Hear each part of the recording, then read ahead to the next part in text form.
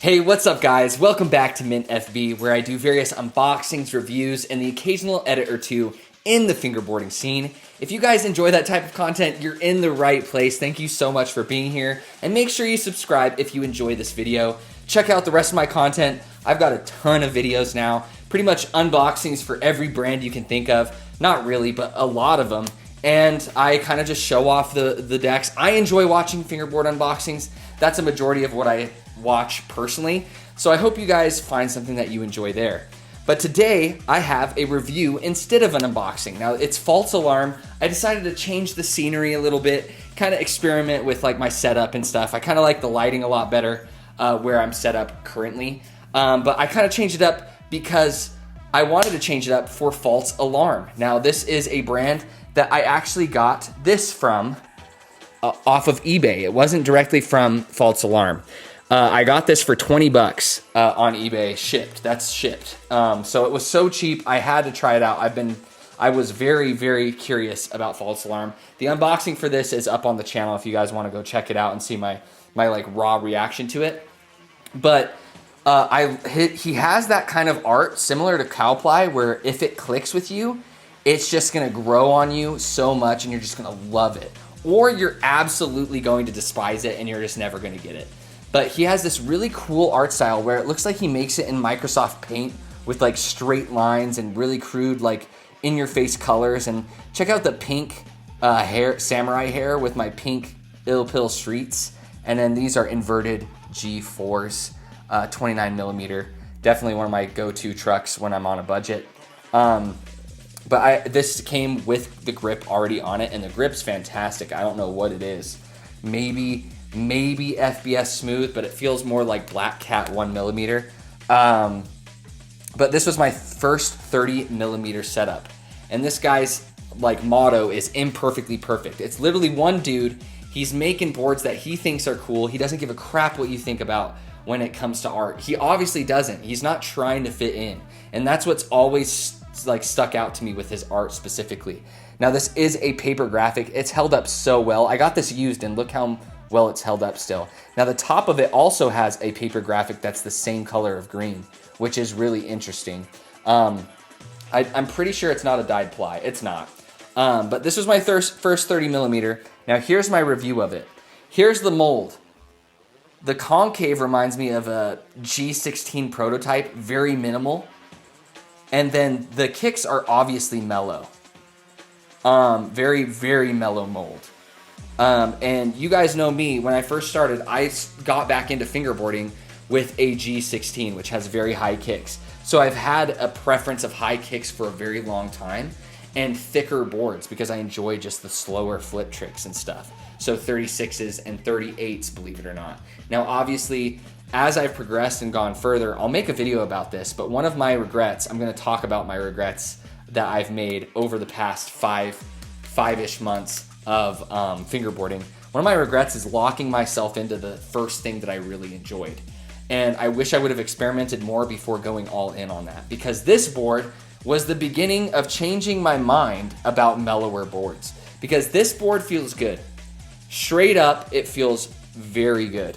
Now this was my first 30 millimeter, and the thing with 30 millimeters is that it is very satisfying to land flip tricks with, but you can overflip very easily too. But heel flips on this thing, I'm telling you, heel flips are, my cleanest heel flips have been used with this. It's not even close. Like heel flipping very high, catching midair and stomping the trick. And for a very extremely average, mediocre fingerboarder, such as myself, that is hella satisfying. Now, as far as mellow molds go, I mean, you can't go wrong, man. Like, the fact that it changed up my thinking process immediately goes to show that if you have not tried a mellow mold, you should probably get a false alarm. It's just like a very straightforward mold with really unique art. And it just feels, everything feels, it has great pop. Flip tricks are just fun on a 30, if you don't have a 30 millimeter, I think you'll be surprised switching to a 30 millimeter. It's like really refreshing, and flip tricks can be so clean on a 30 millimeter, but they are more difficult. Certain tricks are a little bit more difficult on a 30 millimeter, But what's fun about that is once you're messing around with this for a while and you go back to your daily driver, your main setup, then everything feels easier. It's almost like you're putting yourself on hard mode, at least personally with me. I know some people main 30s, but this is like my go-to setup outside of my normal setups, if that makes sense. Even over thicker boys, like, which is really cool. So my tastes are definitely changing. Stay tuned for that video later on because I definitely have some regrets of what I've done and what I've gotten and what I've set my mind to when it comes to getting back into fingerboarding.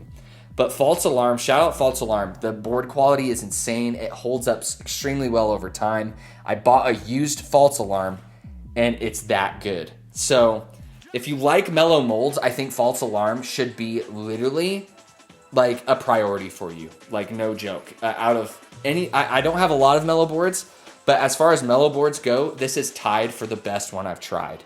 So if you like mellow molds, 100% no brainer, go get one. I actually ordered, I love this one so much that I'm like, I want to support this guy directly. So I ordered, he was super cool. I direct messaged him over Instagram because I wanted to get a random graphic. I love that kind of stuff. Like you don't know what you're going to get and you kind of leave it up to chance and it's a lot more fun. It's like opening up a pack of cards or something.